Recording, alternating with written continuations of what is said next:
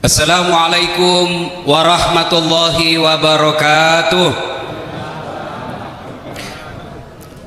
Alhamdulillahi rabbil alamin. Wabihi nasta'inu ala umurid dunya waddin. Ashhadu an la ilaha illallah wa ashhadu anna muhammadan abduhu wa rasuluh.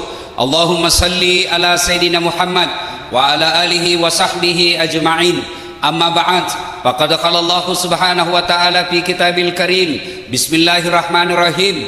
Ya ayyuhalladzina amanu taqullaha haqqa tuqatih wa la tamutunna illa wa antum muslimun. Wahai orang-orang yang beriman, bertakwalah kalian kepada Allah dengan sebenar-benarnya takwa, dan janganlah kalian mati kecuali dalam keadaan beragama Islam. Wa qala idzan bismillahirrahmanirrahim. Ya ayyuhalladzina amanu udkhulu fis-silmi kaffatan wa la tattabi'u khutuwatis syaitan innahu lakum aduwwum mubin. Wahai orang-orang yang beriman, masuklah engkau ke dalam Islam secara sempurna, dan janganlah engkau ikuti langkah-langkah setan, karena sesungguhnya setan itu musuh yang nyata bagi kalian. Musuh kalian bukan ulama, musuh kalian bukan polisi, musuh kalian bukan tentara, musuh kalian bukan aparat, musuh kalian bukan pejabat. Musuh kalian adalah setan, di mana setan itu musuh yang nyata bagi kalian. Itu kata Allah. Dan ternyata di tempat ini baru saja kita tarawih, banyak juga setan yang berkeliaran di tengah-tengah kita. Setannya bukan pocong, tapi setannya berupa handphone. Orang sudah ceramah masih sibuk juga dia gitu. Itu setan itu mengalihkan perhatian. Bapak Ibu tahu enggak, saya baru tadi malam mendarat dini hari dari umroh. Hanya beberapa jam tidur, pergi lagi ke sini ke Semarang. Belum beberapa sampai di hotel, belum sejam lanjut lagi pergi ceramah. Untuk apa? Menghargai undangan Gubernur Jawa Tengah. Begitu sangat saya menghormati acara ini, saya bilang sama istri saya, kamu harus tahan dulu untuk dapat pelukan dari suamimu. Kenapa? Menghormati undangan. Jadi tolong juga kasihan, hormati dan hargai perasaanku. Simpanlah dulu tuh handphone selama saya ceramah. Boleh Bu? Ibu-ibu yang pegang handphone selama saya ceramah, saya doakan suaminya kawin lagi. Nah, baru dia simpan HP-nya. Wa qala idzan bismillahirrahmanirrahim. Innallaha wa malaikatahu yusalluna 'alan nabi. Ya ayyuhalladzina amanu sallu 'alaihi wa sallimu taslima. Sesungguhnya Allah dan para malaikatnya bersalawat kepada Rasulullah Muhammad sallallahu alaihi wasallam. Maka wahai orang-orang yang beriman, bersalawatlah kalian kepada Rasulullah dengan sebaik-baik salawat. Allah perintah kita puasa, Allah tidak menunaikan ibadah puasa. Allah perintah kita sholat, Allah tidak menunaikan ibadah sholat. Allah perintahkan kita haji, Allah pun tidak melakukan haji.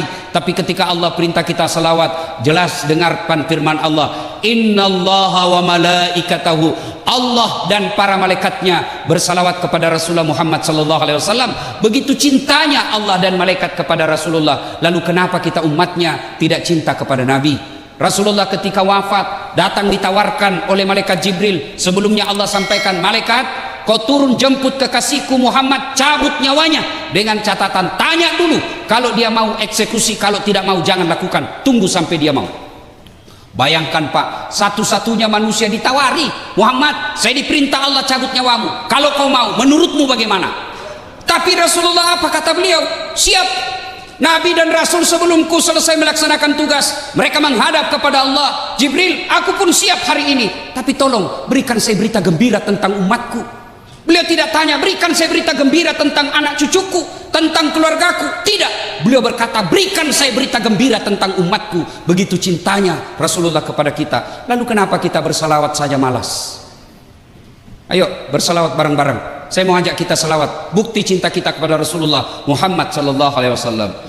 Sallallahu ala Muhammad, sallallahu alaihi wasallam, sallallahu ala Muhammad, sallallahu alaihi wasallam. Ibu bapak saudara-saudara sekalian teristimewa yang kita hormati, Bapak Gubernur Jawa Tengah Bapak Haji Ganjar Pranowo SHMP beserta seluruh jajaran yang insya Allah dimuliakan dan dirahmati oleh Allah Subhanahu wa Ta'ala. Bapak Ibu Porkopindah Provinsi Jawa Tengah, Bapak Ketua Basnas Jawa Tengah yang terhormat Kiai Haji Ahmad Daroji, yang insya Allah dimuliakan dan dirahmati oleh Allah Subhanahu wa Ta'ala. Saya pada kesempatan ini tidak secara detail bercerita tentang nuzulul Quran, karena itu Bapak selalu dengar dan bisa diupdate di YouTube kita masing-masing. Pertama yang ingin sampaikan, sebelum Al-Quran turun, kita tahu ada yang disebut masyarakat jahiliyah. Apakah masyarakat jahiliyah itu hanya hidup 1400 tahun yang lalu? Jawabannya tidak. Meskipun Bapak Ibu tidur sekarang, hidup sekarang, puasa sekarang, tapi punya karakter masyarakat jahiliyah, Bapak Ibu termasuk orang jahiliyah. Apa masyarakat jahiliyah? Satu, sombong, takabur, angkuh. Jadi kalau ada orang Islam mengaku dirinya Islam, mengaku diri umat Rasulullah, tapi dia sombong, takabur, pongah, itu masyarakat jahiliyah. Dan Pak Gubernur, dosa setan yang ditiriskan sampai detik ini selalu dia kembangkan dan selalu ditanamkan kepada kita, dosa sombong. Apa yang kita mau sombongkan? Satu, ilmu. Aduh, ilmu, kalau Allah mau dicabut ilmu kita, pikun. Ada orang di kampus banyak sekali gelarnya, bertumpuk-tumpuk, profesor, dokter, tak. Begitu mau pensiun usia 70 tahun, mulai pikun-pikun Pak. Diprotes sama istrinya, Pak, biasanya kalau kau mau pergi mengajar kau cium-cium jidatku, ini sudah hampir 1 minggu tidak pernah lagi kau cium saya. Kata suaminya dalam hati, astagfirullah, berarti siapa kau cium selama ini? Ternyata pembantunya dia cium Pak. Apa mau sombong? Profesor doktor, Allah cabut ilmumu, kau tidak bisa bedakan mana istrimu mana pembantu. Pak Kadis jangan juga modus. Teman-teman sudah dengar ceramah ini, besok didapat di kamar sama anaknya, Pak, saya kira mamamu nak. Apa yang kita mau sombongkan dengan ilmu? Allah jelaskan dalam Al-Quran, wa ma utitu minal ilmi illa qalila. Saya tidak berikan kamu ilmu kecuali sangat sedikit. Itulah makna kenapa kita tidak mengetahui arti alif lam mim, Toha, Yasin. Apa tujuannya? Allah ingin tunjukkan, jangan kau sombong dengan ilmu. Alif lam mim kau tidak tahu. Adakah ustadz yang sombong karena ilmunya? Banyak. Mana ustadz yang sombong yang tidak mau menerima perbedaan pendapat, seolah-olah hanya dia penghuni surga, kayak dia panitia hari kiamat. Aduh, dulu waktu saya kecil itu kalau kita sholat jamaah Pak di masjid subuh, kalau di samping kanan kita tidak kunut, kita tidak ribut Pak. Allahu Akbar, samping kanan kunut, tidak ribut, kita cuma bilang dalam hati, oh Muhammadiyah, selesai. Sekarang Pak, dia belajarnya di YouTube, baru 3 minggu, baru 2 menit habis kuotanya, paham agama setengah-setengah, hanya dia tahu jingkrang, hanya dia tahu pelihara jenggot, hanya dia tahu bicara Arab setengah-setengah. Afwan, jazakallah ya ukhti, kaifa haluk ya habibi, kullu nafsin saikatil maut. Ya sudahlah, jangan sombong karena ilmu. 2, apa yang mau sombong? Jawatan. Gubernur mau sombong, aduh, 10 tahun men, selesai. Wabillahi taufiq wal hidayah. Gambang Garuda Pak Pranowo, Pak Ganjar, 10 tahun aja dipakai Pak. Begitu habis masa jabatan, Bapak masih mau pakai keliling Jawa Tengah, dibilangi gila Pak. Ayo, apa yang kita mau sombongkan? Kepala dinas kamu sombong, pret. Kamu bisa jadi kepala dinas ke gubernur senang. Biar gubernur senang, kalau istri beliau tidak senang, tidak jalan nih kamu. Apa yang mau kita sombongkan? Jabatan, jangan sombong. Pak Kajati mau sombong, aduh men, pensiun. Ketua DPR, ya kalau terpilih lagi Pak. Kalau tidak, wabillahi taufiq wal hidayah. Apa yang kita mau sombongkan? Ada yang merasa sombong karena hebat, banyak followernya, Dasat Latif. Jangan kau sombong Dasat. Kau bisa begitu karena ada yang nonton kamu. Kalau tidak ada follower saya, mana hebatnya? Saya ceramah di sini berdebu, bergema, berapi-api, hebat. 1 jam membara ceramah saya. Tidak ada yang nonton. Lewat orang, sudah lama itu Ustadz gila di dalam. Maka jangan sombong. Jabatan kita miliki sekejap saja. Ilmu yang kita miliki, jangan sombong. Yang ketiga, yang menyebabkan sombong, kaya. Apa yang kamu sombongkan dengan kekayaanmu? Di atas langit ada langit. Allah marah dengan kekayaanmu. Oke lah, masih banyak harta, masih bagus mobil, masih banyak tabungan. Allah titip satu penyakit dalam dirimu, tidak ada bisa kau makan. Banyak kan Bapak tahu? Banyak duitnya miliaran, tabungannya miliaran, tapi apa? Dilarang makan nasi, dilarang makan garam, dilarang makan gula, dilarang makan daging, dilarang makan demak. Apa saja bisa dia makan? Ubi rebus. Duit 10 miliar ubi rebus saja bisa dimakan, Pak. Begitu dia ke dokter, apa kata dokter? Mohon maaf Pak Kadis, selama Bapak aktif sebagai PNS, Bapak tidak pernah kena sinar matahari. Mulai besok jam 8 Bapak keliling di komplek, kasih sinar matahari. Jangan pakai baju Pak ya, jangan pakai peci, pakai celana pendek aja Pak, supaya kena sama matahari. Jangan pakai sendal. Kelilinglah dia di komplek dari jam 8 sampai setengah 10, tidak pakai baju, pakai celana pendek, tidak pakai sendal. Apa bedanya sama gembel? Ada 3 teman setan di dunia kata Allah. Ganiyun mutakabbir, orang kaya yang sombong. Kaya pangkat Pak Gubernur sombong, temannya setan. Kaya ilmu Ketua Basnas sombong, temannya setan. Kaya harta, hartawan sombong, temannya setan. Tapi kalau mereka golongan ini sombong, orang masih tolerir dan maklumi. Kenapa? Ada hal yang dia bisa sombongkan. Wajarlah dia sombong, dia gubernur Jawa Tengah, paling banyak penduduknya bos. Oh kaya, wajarlah dia sombong. Apa aja dia punya, wajar dia kaya, profesor doktor, tinggi ilmunya. Tapi temannya setan, meskipun itu dia masih dimaklumi. Kenapa? Segala dia punya. Tapi kalau itu sudah temannya setan. Tapi kalau sudah tidak terkenal, miskin, pengangguran, mengharap-harap THR, jelek mukanya, bau mulutnya, sombong lagi. Kau bukan temannya setan, kau sudah jadi setan, silakan.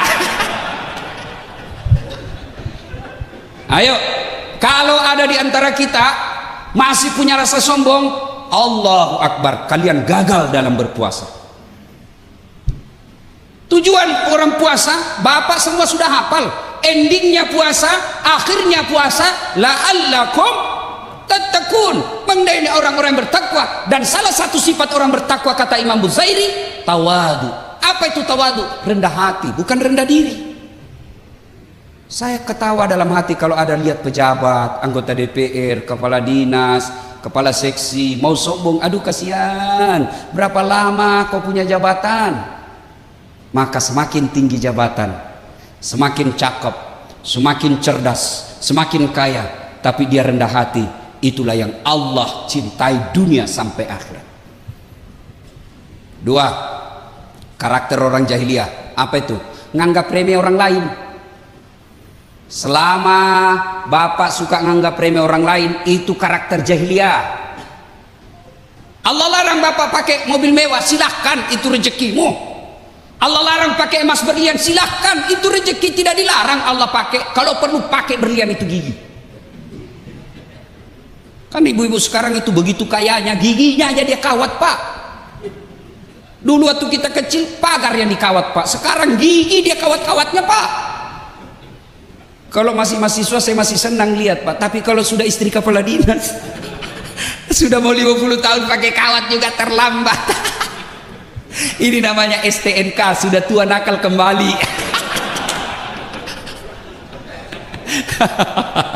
Sudahlah, daripada pasang behel Bu, lebih baik itu harga behel kirim untuk kehidupan ibu di kubur. Nganggap remeh orang lain. Mana disebut nganggap remeh orang lain? Nih, Bapak diangkat kepala dinas, meremehkan pegawai honor. Itu sombong, masyarakat jahiliyah itu. Ada pegawai honor di sini? Ada? Banyak kan?